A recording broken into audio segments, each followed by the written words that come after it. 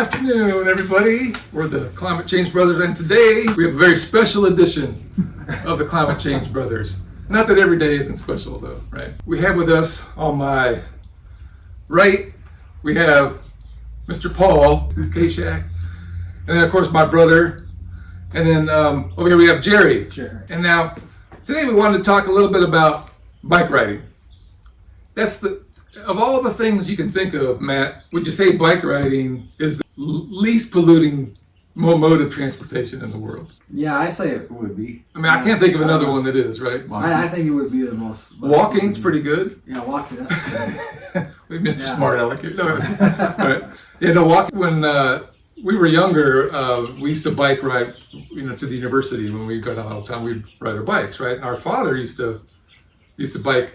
He was a professor at the university, and he used to bike almost every day sometimes, depending on the time he had to be there. But he loved to ride his bike to the university. And you remember when the gas crisis happened? You remember the gas crisis in the 70s? I do. Are we all old enough to remember that? Okay. Yeah. Remember when they were saying, and they had long lines at the pumps, and people were like, oh my gosh, are we going to run out of gas? And you know what our father said? He goes, I don't care we're out of gas because I'd be fine riding my bike to work every day. It'd be great, And the whole road, all the roads would be just wide open for bicycles to ride on. He was like, he would say stuff like that anyway. And Matt, you rode the Tour de Tucson, didn't you, one time? That was a long time ago. Yeah, that was back in 100-mile circle, right? Yeah, it was a 100-mile circle, back in the mid-90s or something. Did you have to get it all done in that day before dark? Yeah, and my dad almost beat me too, because I was getting some hamstring problems or some muscle spasms, and someone gave me a massage, and then I got done and I saw my dad up the hill. He had just passed me when I did. That dad was a good biker. Yeah, he was pretty good. Well, he ran marathons too. So talking about commuting, he could do both, on foot and bicycle, and so. And our brother, my other brother, Lee, he actually organized a bike race up here in Catalina. That's it's called 24. It's a 24-hour bike race where you can have teams of people, and you all switch off, and you have to race for 24 hours. Different legs. And you do the whole circuit and stuff. And he organized it. And it's really popular all over the West. People come from many states around to do this bicycle. That's happening in February also. A lot of biking out in this town in the West. How many people do you think actually commute like our father did to work on a bicycle, do you think? If you had to take a guess. 5%. I'd say less. What do you think? 2 or 3%. I think commuting, it's less, but if people for recreation, it's a lot here in Arizona. I see a lot of people. Yeah, you talking here or all over? Average on the U.S. Yeah, less than 2 or 3%, maybe. See, I didn't think it was me that. I thought it was being like 1%, but it's actually, they say around 6%. Wow. I was close. Kind of baffles me. Almost 1 million people. It's like 750,000.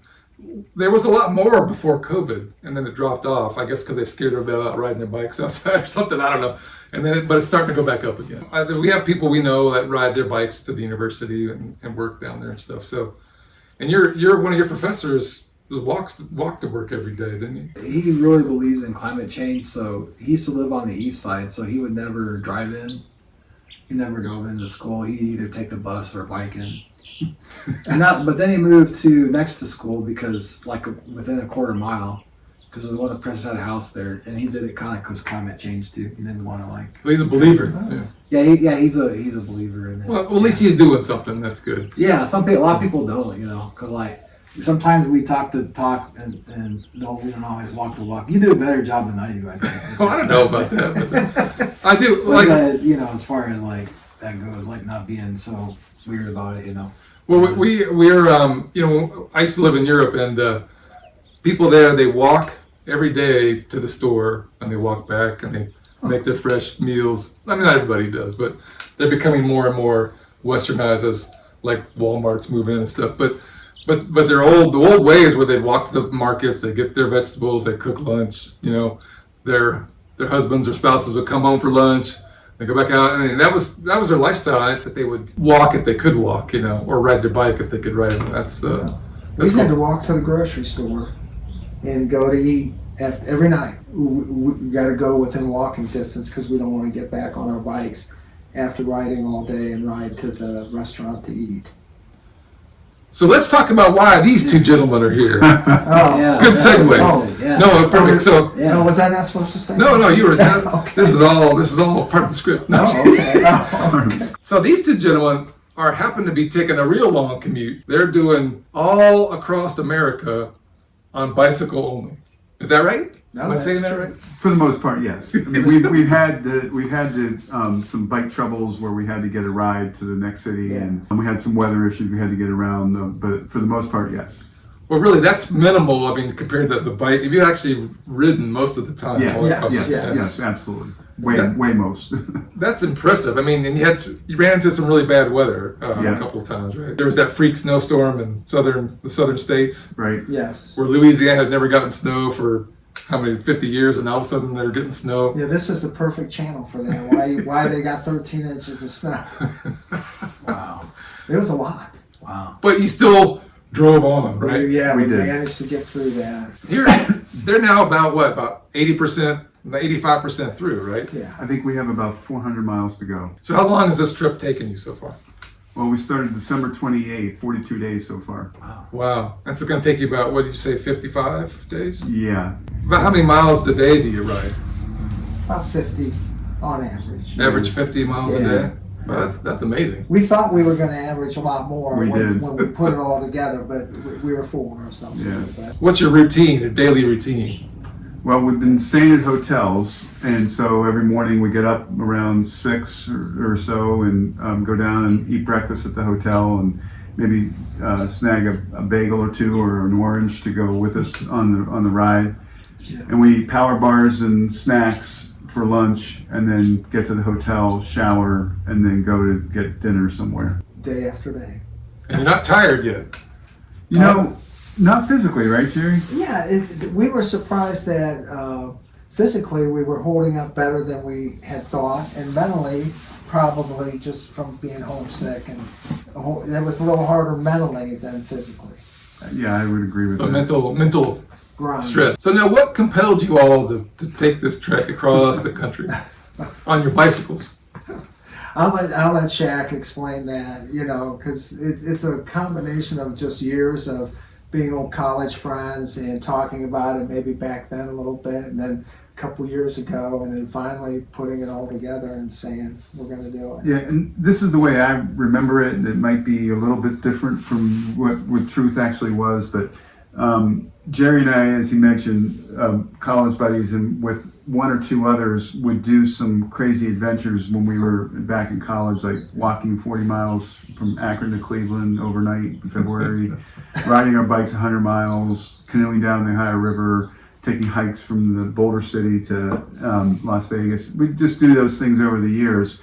And we get together with each other, there's 5 of us, and we get together for birthday dinners a couple times a year. And at those dinners, we always trot out our old stories. And so we're retelling old stories, and Jerry started yelling at us and saying, I don't want to hear any more old stories. I want to make new memories. Sure, yeah. I'm tired of this old stuff. He said, what are we going to do for new memories? He looks directly at me and says, what are we going to do to create new memories? And I said, I don't We know. did need some new ones. I said, how about biking across the country? And his eyes lit up, and he goes, I thought it was the greatest idea in the world. and then from there, we started talking about it and planning it and trying to figure out how we were going to do it, and here we are. This is really inspirational, because how should I say, I mean, you guys aren't like spring chickens anymore, right? I mean, so, No, you know, 62 years old. I mean, that's inspiration to all of us. I mean, you could do that. People of all ages hop on their bike and go somewhere. Absolutely. I mean, that's kind of a great story for all of us, I think. Now, do you ever think about at all, like, hey, this is a nice thing to do? I'm not polluting. I'm here with nature. Does that make you feel good, or is it more of an accomplishment to get across the country? I would say, like, when you bike, you feel like you're part of the environment instead of just passing through the environment. So you just kind of notice a lot more than you would if you were in a car or even on a motorcycle either. You're on that bike, you see everything. And you're not going slow enough, like when you're hiking or walking, or take a really long time. You might you know. take more in if you're hiking or walking, yeah. Very inspirational. I'm really impressed with this. And so now you're in Arizona, okay? I don't know if you knew what state you were in, but anyway, you're in Arizona right now. I might not, but he will always know what state we're in. And you got just a little bit more where to go. You're going to end up in San Diego, right? That's the hope. That's the hope. Very good, very impressive. Yeah. So you see the light at the end of the tunnel now. So you're We are seeing that a little bit, yes. that's wonderful. Are you going to have another big adventure after this, or are you going to like? I think we're going to let this one settle a little bit. It was a lifetime of adventures all back to back to back. We really sometimes didn't know what to expect each day. Well, Yeah, I think I have to wait and let this marinate before I decide, Yeah.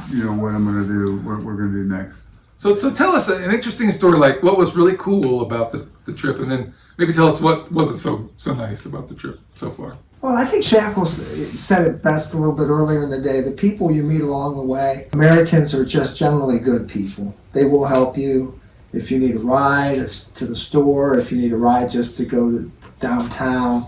I think just people in general, just how pleasant they are. Yeah, I would say 99% of the people we met and encountered along the way were very friendly, very helpful, courteous, just wanted to talk and see what we were doing. And I mean, everything from construction workers in New Roads, Louisiana, to desk clerks in Tombstone, Arizona. I mean, they were just really, friendly people all along the way.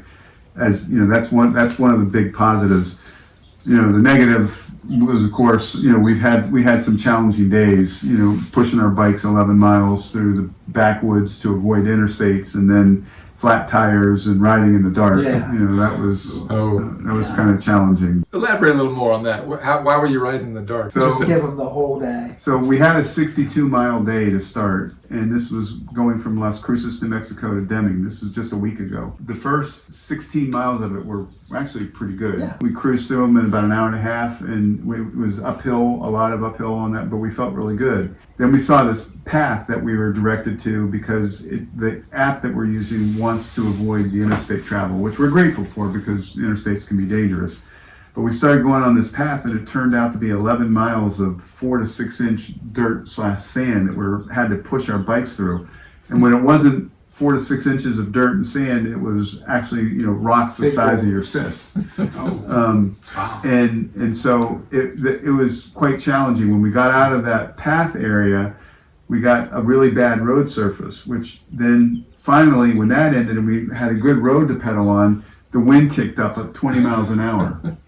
And then I got a flat tire about 20 miles out from our destination. And now, meanwhile, the sun's going down. And so finally, the sun was down for the last 3 miles that we were riding, and we rode to the hotel in the dark. Point out, when we were on that path, Jerry and I were looking, down at the trail we're walking on, and we see footprints of a big cat, like either, cougar, Yeah. bobcat, mountain lion, whatever, were laying their footprints in front of us. And I said to him, I hope that cat's gone, or at least not hungry anymore, because who knows what it was. But we got to that hotel. Oh, and the kicker, when we got to the hotel, the elevators were out, and we were on the 3rd floor.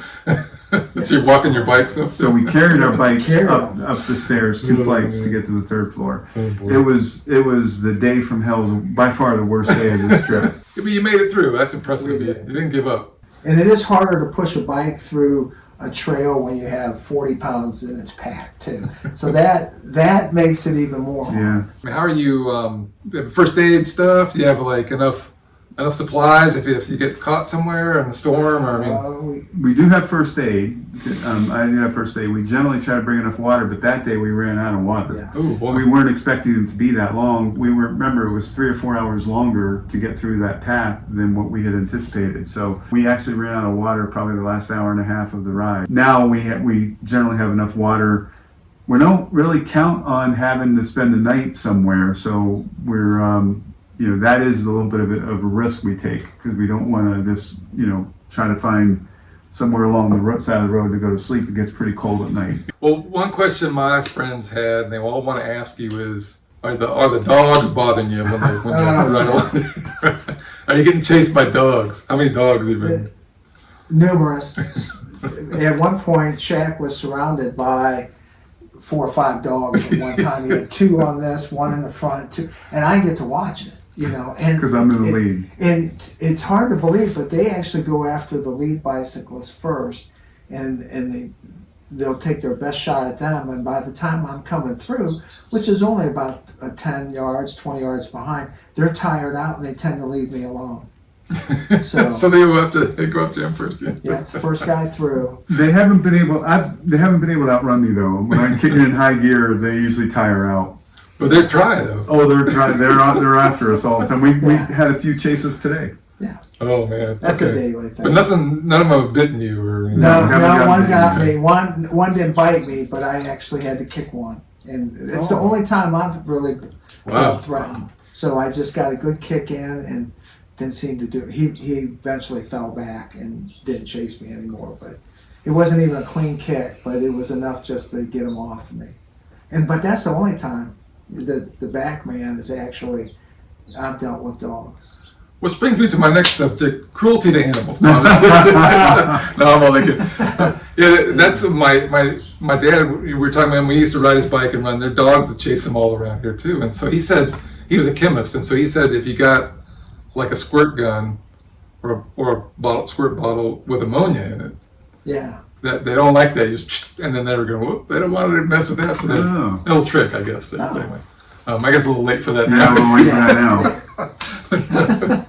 Any other interesting tidbits on your trip? We could fill up hours of stuff, but every day is a new story. I think the thing that how interesting it is, but you don't really you take the road surfaces for granted because in cars for the most part they're either they are paved or they're well done, or your car can overcome it and drive on a gravel road or dirt road. But on a bicycle, the road surface matters a whole lot more than I thought it would before we went on this trip. Even though you just take it for granted and expect that you're going to have good road surfaces. Interesting. And when you don't, it really, really is a big difference. It makes an otherwise nice, pleasant day, absolute misery.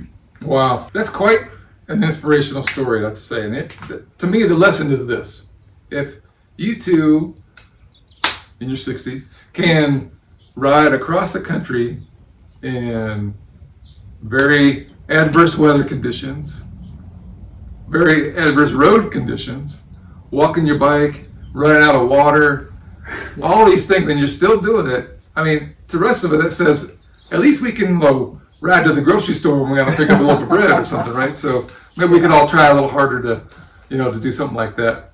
Because it not only helps pollute less, but we're talking about getting healthier, and you're out there in nature and you appreciate the world around you a little more, just like you're all saying. And so that's great. Well, all right. Anything else, brother? No? All right. Not for me. All right. Well, hey, until next time, that was our special edition of the Climate Change Brother. Hopefully, thinking about things you can do to help our beautiful world.